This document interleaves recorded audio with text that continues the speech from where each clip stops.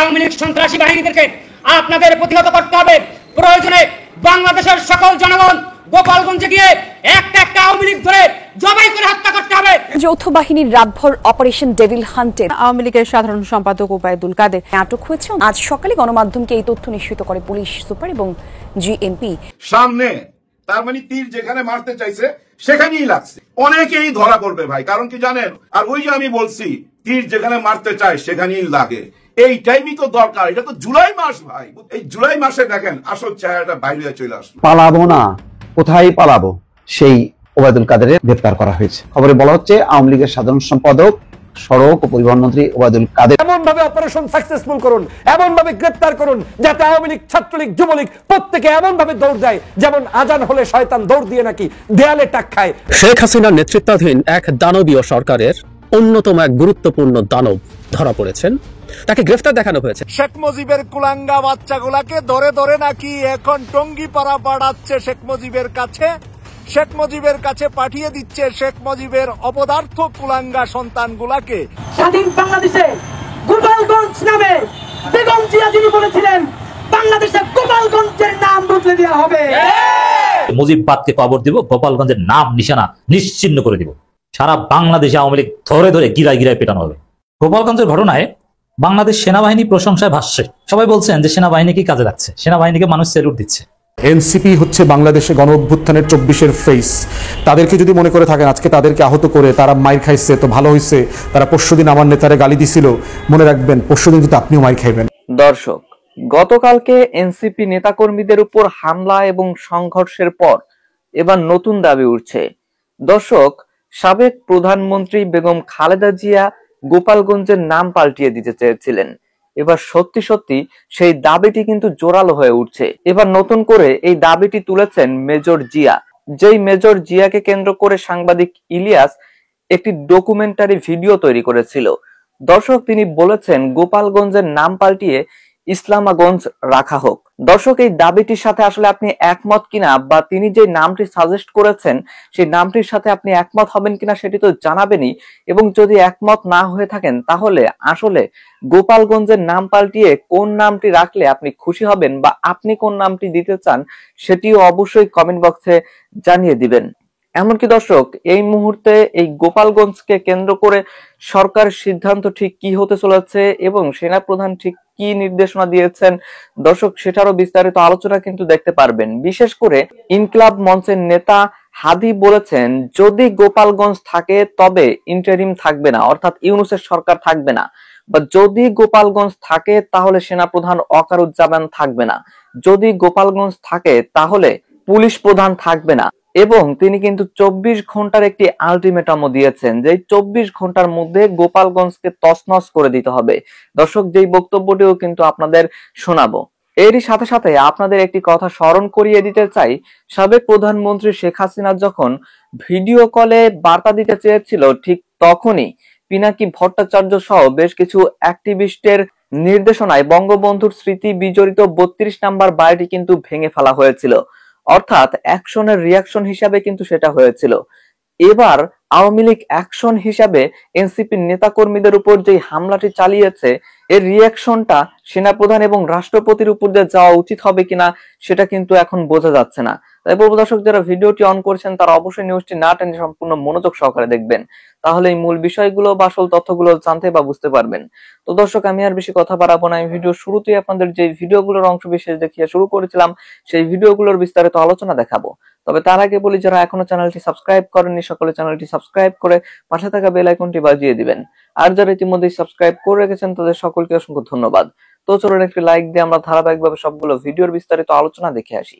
গোপালগঞ্জকে যদি ছাপা করা না হয় আগামী 24 ঘন্টা পর, মানে আগামী পরশু শুক্রবার, হাজারো ছাত্র জনতা নিয়ে গোপালগঞ্জকে স্বাধীন করার উদ্দেশ্যে লং মার্চ টু গোপালগঞ্জ ঘোষণা করছি।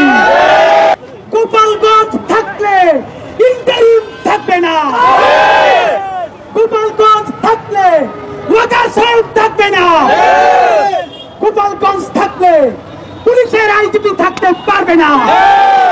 হিসাব সোজা। যারা মত বলেন ভাইবে দেখেন কি করবেন।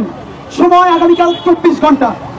এই 24 ঘন্টার মধ্যে গণহত্যাকারী, ফ্যাসিস্ট, জঙ্গি, প্রত্যেকটা আওয়ামী লীগের বদমাইশ খুনিগুলা যারা গোপালগঞ্জে পালাই আছে, দেশ বিরোধী রাষ্ট্রদ্রোহী ষড়যন্ত্র করতেছে, আমার পুলিশ ভাইকে আক্রান্ত করতেছে, গাড়ি ঘোড়াই দিতেছে, ইউনোর গাড়ি আক্রান্ত করতেছে, আমার জুলাই যোদ্ধা ভাইদেরকে জান শেষ করে দেওয়ার জন্য আক্রমণ করতেছে। 24 ঘন্টার মধ্যে মাটির নিচ থেকেও ওদেরকে ধৈর্যই না যদি বিচার করার উদ্যোগ গ্রহণ করা না হয়, সন্ত্রাসীদের অভয়ারণ্য গোপালগঞ্জকে যদি ছাপা করা না হয়, আগামী 24 ঘন্টা পর মানে আগামী পরশু শুক্রবার হাজারো ছাত্র জনতা নিয়ে গোপালগঞ্জকে স্বাধীন করার উদ্দেশ্যে লং মার্চ টু গোপালগঞ্জ ঘোষণা করছি। আপনাদেরকে 24 ঘন্টা সময়, এই 24 ঘন্টার মধ্যে যদি দৃশ্যমান উন্নতি দেখাইতে না পারেন, আমাদের উপরে যদি ফ্ল্যাশ ফায়ারও চলে, আমরা গোপালগঞ্জ পর্যন্ত যাবই ইনশাআল্লাহ। যদি প্রতিমধ্যে শহীদ হয়ে যাই, আল্লাহর কাছে যাব ইনশাআল্লাহ। আর যদি শহীদ না হই, তাহলে গোপালগঞ্জে গিয়া ফ্যাসিবাদের আদুর ঘরকে জাহান্নাম বানাই দিব। সুতরাং ইন্টারিম সিদ্ধান্ত নেন, একশনে যাবেন নাকি সম্মিলিত নারা খাবেন। গোপালগঞ্জে বাঁচাইয়া রাইখা আসিফ মাহমুদ আর মাহফুজ চেয়ারে বসে ভাই ফেসবুকে পোস্ট দাও, আমার ভাইদের উপরে আক্রমণ হয়, তুমিও তো সরকার, কেন সরকার থেকে পদত্যাগ করতেছো না বলো? যদি বিচার করতে পারো পারবা, যদি আগামীকালের মধ্যে যদি বিচারও না শুরু হয় আর মাহফুজের আসিফ তোমরাও যদি ক্ষমতা আঁকড়াই ধরো, সবার আগে তোমাদের বিরুদ্ধে গণ আন্দোলনের ডাক দেওয়া হবে। তোমরা পদত্যাগ করো, এরপর চেয়ারে প্রত্যেকটা সুযোগ আমরা টানাই আই না, জনতার আদালতে আমরা বিচার করবো ইনশাআল্লাহ। সর্বশেষ বলি, আবু সাইদের বাংলায়, ওয়াসিমের বাংলায়, রিয়াগুপের বাংলায়, প্রায় 2000 শহীদের বাংলায় গোপালগঞ্জের মতো কোনো জাউরা জমিন থাকতে পারবে না ইনশাআল্লাহ। এই জমিনকে আমরা বিজয় করে সেখানে শুকরানা নামাজ পড়ে বাংলাদেশের স্বাধীনতার পতাকা আমরা এগিয়ে আসবো। এই গণহত্যার যারা দোষর ছিল, যাদের নেতৃত্বে আজকে এনসিপির নেতাকর্মীদের উপরে আক্রমণ হয়েছে, তাদেরকে অবিলম্বে বিচারের মুখোমুখি করতে হবে। অবিলম্বে ডিসি, এসপি এবং প্রাসঙ্গিক যতগুলো থানার ওসি এবং টিএনও আছে, এদেরকে ডিসমিস করতে হবে। যৌথ বাহিনীর কমান্ডিং অফিসার যারা দায়িত্বে ছিলেন, যারা দায়িত্ব যদি সঠিকভাবে পালন না করে থাকেন, তাদেরকে ডিসমিস করে কোর্ট মার্শাল করতে হবে। কারণ হচ্ছে বাংলাদেশ এত বড় দুঃসাহস তাদের কোত্থেকে আসে? 16 তারিখে যেই দিন আবু সাইদ রক্ত দিয়েছে রংপুরে, সেই দিনে গোপালগঞ্জে প্রোগ্রাম হচ্ছে এবং সেখানে গণ অভ্যুত্থানের প্রমিনেন্ট ফিগাররা, ছাত্রনেতারা গেছে, তাদের গায়ে হাত তুলছে, তাদের প্রোগ্রাম করতে দিচ্ছে না। এত বড় দুঃসাহস বাংলাদেশে 2025 সালে কোত্থেকে আসতে পারে? অতএব সেই জায়গায় প্রশাসনকে বলছি, অন্তর্বর্তীকালীন সরকারের এই টোটাল গোপালগঞ্জের প্রশাসনকে দৃষ্টান্তমূলক শাস্তির আওতায় আনতে হবে। বাংলাদেশের আমলাতন্ত্রের ভিতরে, পুলিশের ভিতরে, আর্ম ফোর্সেসের ভিতরে যারা যারা গোপন আওয়ামী লীগ আছে, যারা এখনো দিল্লির রাজনীতি করা, আওয়ামী লীগকে পুনর্বাসন করবার খোয়াব দেখতেছে, তাদেরকে কড়া বার্তা দিতে হবে যে বাংলাদেশ বেচা বিক্রার দিন নাই। বাংলাদেশের শত্রুদের বিরুদ্ধে হচ্ছে আমাদের ফাইট।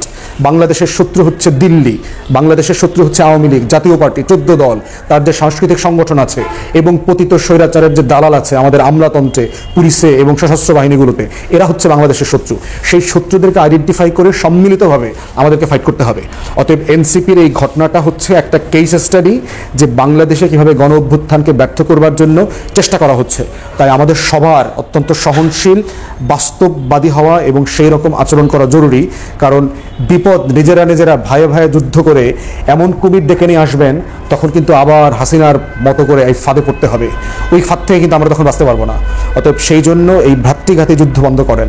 আমাদের মধ্যে যেই দ্বিমতগুলো আছে, সেটা মর্যাদার সাথে, সম্মানের সাথে আমরা দ্বিমত করব, একজন একজনের সমালোচনা করব, রাজনৈতিক অবস্থার সমালোচনা করব এবং আমাদের তরফ থেকে আমরা এই ক্রিটিক্যাল টাইমে আমরা এনসিপি নেতৃবৃন্দর সাথে পাশে দাঁড়াচ্ছি।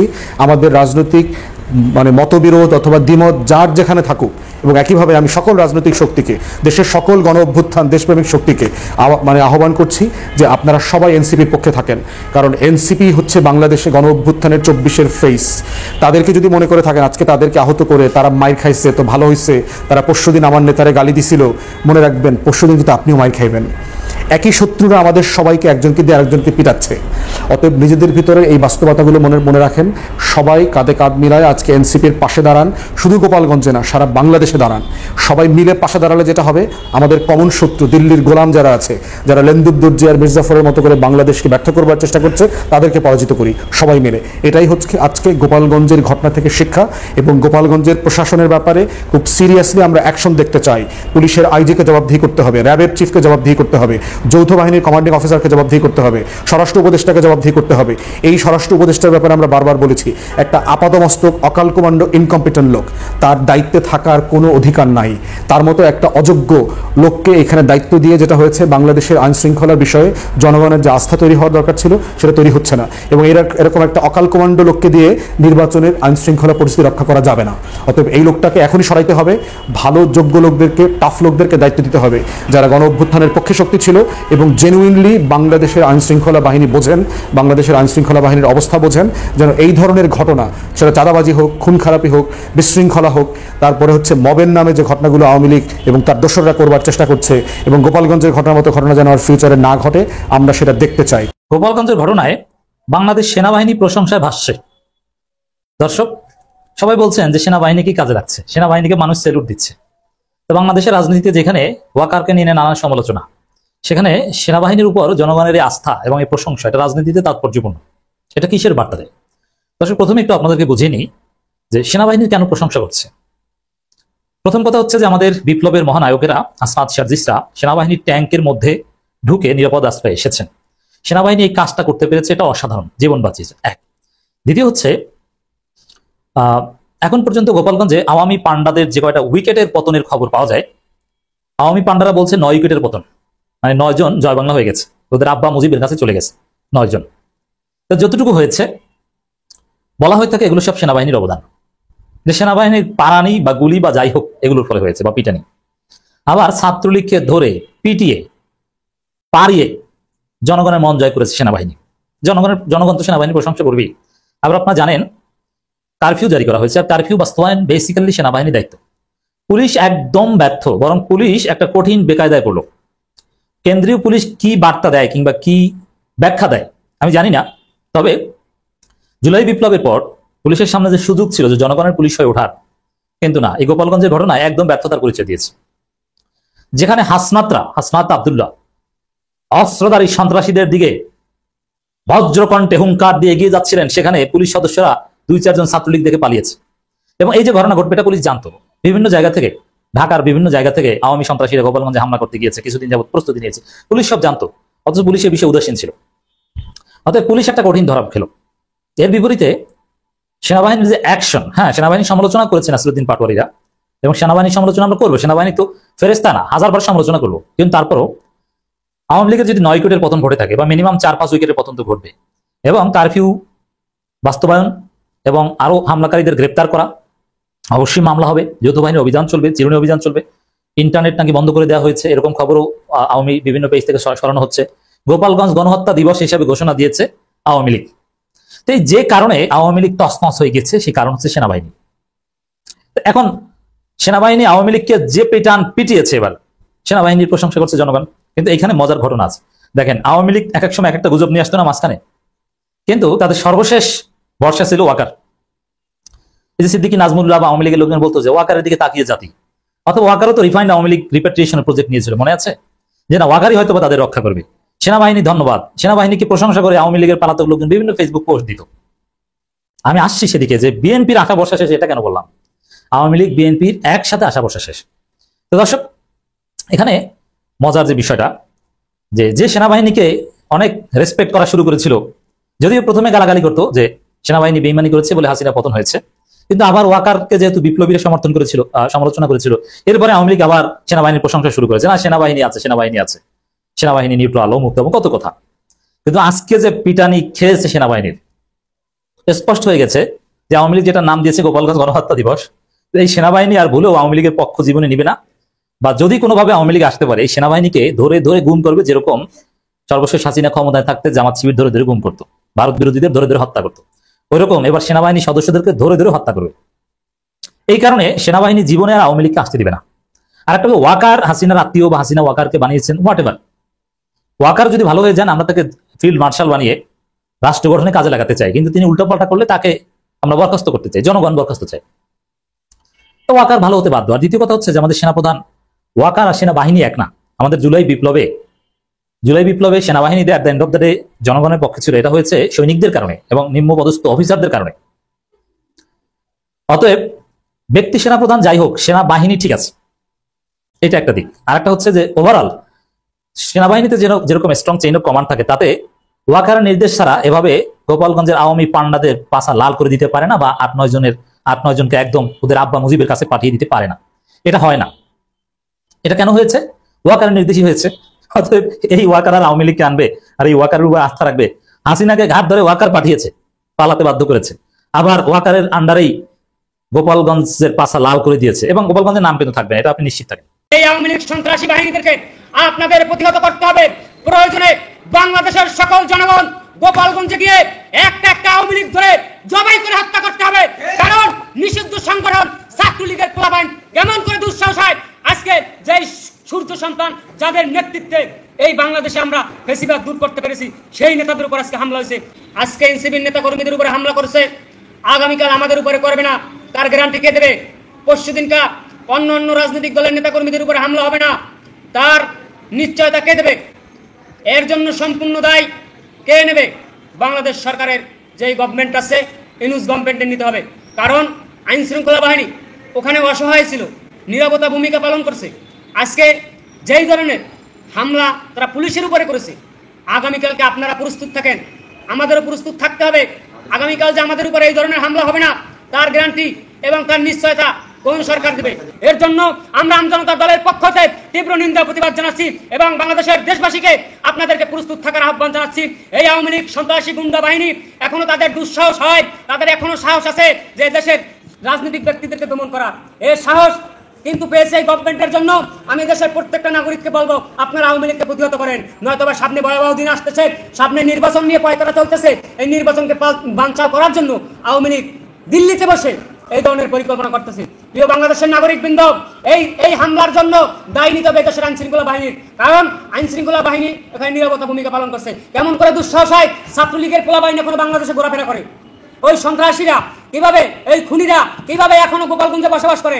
আমি বলবো আজকে থেকে সারাশি অভিযান চালিয়ে, চিরুনি তল্লাশি চালিয়ে একটা খুনিকে, ওই হামলাকারীকে আপনারা গ্রেফতার করবেন। অন্যথায় আগামীকাল আমরা সাধারণ জনগণ রাস্তায় নেমে আসতে কিন্তু বাধ্য হব। কারণ এই ধরনের সন্ত্রাসীদেরকে আমরা 5ই আগস্টের পর আর দেখতে চাইনি। কোন সন্ত্রাসী বাহিনী? ওই আওয়ামী লীগের সেই ছাত্রলীগ, যেই ছাত্রলীগ প্রত্যেকটা শিক্ষা প্রতিষ্ঠান ধ্বংস করেছিল, এদেশের নিরীহ ছাত্রদের উপর হামলা করেছিল, প্রত্যেকটা জায়গায় তাদের অপকর্ম ছিল, সেই অপকর্মের দুঃসাহস তারা এখনো দেখায়। দর্শক, ইনকিলাব মঞ্চের পক্ষ থেকে যে দাবিগুলো করা হয়েছে, আশা করছি আপনারা সেই দাবিগুলো সম্পর্কে ইতিমধ্যেই জেনে গেছেন।